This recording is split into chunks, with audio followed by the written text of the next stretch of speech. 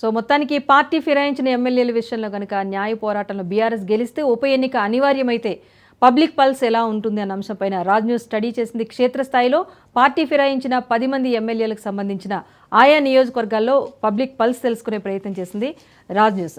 ప్రస్తుతానికి గద్వాల నియోజకవర్గం గురించి చూస్తే కనుక గద్వాల నియోజకవర్గానికి ఎంతో ప్రాశస్త్యం ఉందో గద్వాల కోటకు కూడా అంతే ఘన చరిత్ర ఉంది. గద్వాల చేనేత పరిశ్రమ తెలంగాణ వెలుగు పతాక. ఇక్కడి నుంచి 2004లో ఎస్సీ అభ్యర్థిగా బరిలోకి దిగిన డీకే అరుణ బంపర్ విక్టరీ సాధించారు. ఆ తర్వాత కాంగ్రెస్లోకి ఆమె ఎంట్రీ ఇచ్చారు. నాటి సీఎం వైఎస్ఆర్తో సన్నిహితంగా వెలుగుతూ రాజకీయాల్లో ఓ రేంజ్లో చక్రం తిప్పారు. 2014 ఎన్నికల్లో డీకే అరుణ కాంగ్రెస్ అభ్యర్థిగా అనూహ్య విజయాన్ని సాధించారు.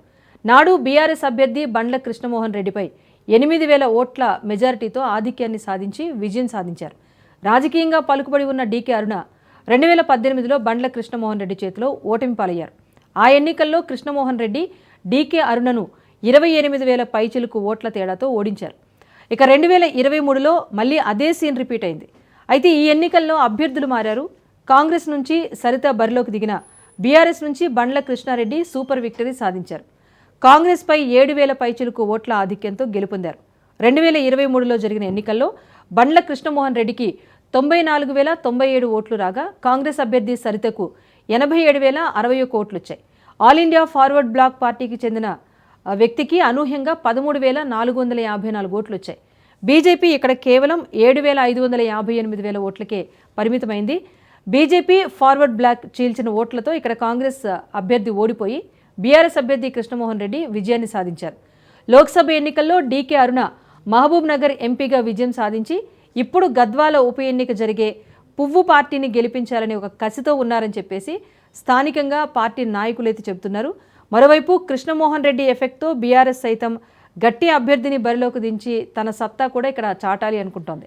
గద్వాల్లో కాంగ్రెస్ పార్టీకి అడ్వాంటేజ్ అన్న భావన ఉన్నప్పటికీ కూడా ఒకవేళ ఉప ఎన్నిక జరిగితే కనుక ఇక్కడ కూడా హోరాహోరీ తప్పదు అన్న అభిప్రాయాలే రాజ్ న్యూస్ స్టడీలో అయితే వెల్లడయ్యాయి. క్షేత్రస్థాయిలో పరిస్థితి ఎలా ఉంది, దీనికి సంబంధించి మా ప్రతినిధి సాగర్ మరింత సమాచారం అందిస్తారు. సాగర్, చెప్పండి, గద్వాల రాజకీయం ఎలా ఉండబోతోంది?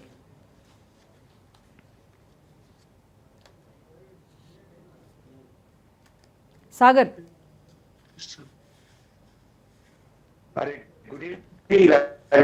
ఏదైతే నగర ప్రాంతమైన గద్వాలకు సంబంధించి ఎప్పుడు రాజకీయం హాట్ గానే కొనసాగుతుంటుంది. ఇక్కడ ఈ ప్రాంతానికి వచ్చేసరికి మొత్తంగా చూస్తే 2014లో అయితే డీకే అరుణపై అయితే ప్రస్తుతం ఉన్న ఎమ్మెల్యే బండ్ల కృష్ణమోహన్ రెడ్డి అయితే ఓటమి పాలవడం అయితే జరిగింది. దాని తర్వాత బీఆర్ఎస్ పార్టీ నుండి తిరిగి 2018లో బండ్ల కృష్ణమోహన్ రెడ్డి పోటీ చేశారు. ఈయనకు ప్రత్యర్థిగా కూడా కాంగ్రెస్ పార్టీ నుండి డీకే అరుణ పోటీ చేశారు. అయితే వీరిద్దరి మధ్య హోరాహోరీ పోటీ జరిగినప్పటికీ కూడా స్వల్ప మెజారిటీతో అయితే ఇటు బండ్ల కృష్ణమోహన్ రెడ్డి అయితే విజయం సాధించిన పరిస్థితి కనిపించింది. తర్వాత యథావిధిగా 2023 ఎన్నికల్లో అయితే ఇక్కడ కాస్త డిఫరెంట్ గా 2023 ఎన్నికల్లో కాంగ్రెస్ పార్టీ నుంచి అయితే సరిత తిరుపతి అని చెప్పేసి అక్కడ జెడ్పీ బీఆర్ఎస్ నుండి జెడ్పీ చైర్మన్ గా ఉన్న సరిత కాంగ్రెస్ లో చేరారు. కాంగ్రెస్ లో చేరిన తర్వాత ఆమెకు కాంగ్రెస్ అధిష్టానం అయితే టికెట్ ను కేటాయించారు.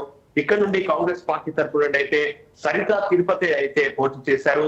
బీఆర్ఎస్ పార్టీ నుండి బండ్ల కృష్ణమోహన్ రెడ్డి పోటీ చేశారు. వీరిద్దరి మధ్య హోరాహోరీ పోటీ నెలకొంది. వీరిద్దరి మధ్య పోటీలో భాగంగా ఇక్కడ గద్వాల ప్రాంతం నుంచి అయితే 2023 ఎన్నికల్లో బండ్ల కృష్ణమోహన్ రెడ్డి 6,900 పైచిలుకు ఓట్లతో అయితే విజయం సాధించారు. మొత్తానికి అయితే కూడా బండ్ల కృష్ణమోహన్ రెడ్డి విజయం తర్వాత కొన్ని రోజులకి రాజకీయ పరిణామాలు అయితే వేడెక్కించాయి. ఎందుకంటే అక్కడున్న రాజకీయానికి సంబంధించి బండ్ల కృష్ణమోహన్ రెడ్డి కాంగ్రెస్ పార్టీలో చేరడం అంటే మొదటగా కాంగ్రెస్ లో సీఎం రేవంత్ రెడ్డిని కలిసి అక్కడ కాంగ్రెస్ పార్టీలో చేరినట్టుగా కూడా సోషల్ మీడియాలో చక్కర్లు కొట్టాయి.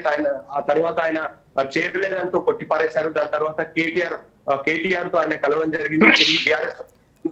బాధలు వినిపించినప్పటికీ దాని తర్వాత తిరిగి మళ్ళీ కాంగ్రెస్ పార్టీకి సంబంధించి జూపల్లి, ఆ తర్వాత ఎమ్మెల్యే బృందం, లోకల్ గా ఉన్న ఎమ్మెల్యే బృందం అంతా కూడా ఆయన కలిశారు. కలిసిన అనంతరం ఏదైతే బల్ల కృష్ణమోహన్ రెడ్డికి సంబంధించి కూడా ఎన్నికల అంతకుముందు 2018లో కూడా ఆయన ఎన్నికల అభివృద్ధికి సంబంధించి తప్పుడు తరకులుగా ఉన్నాయని చెప్పేసి కూడా ఆయనపై ఆరోపణలు వచ్చాయి. ఈ ఆరోపణలో భాగంగా కూడా హైకోర్టు ఆయననైతే ఎన్నికలు నిలిపియాలంటూ కూడా ఆయన చెప్పిన పరిస్థితి కనిపిస్తుంది. దాని తర్వాత తిరిగి సుప్రీంకోర్టులో ఆయన పిటిషన్ దాఖలు చేశారు.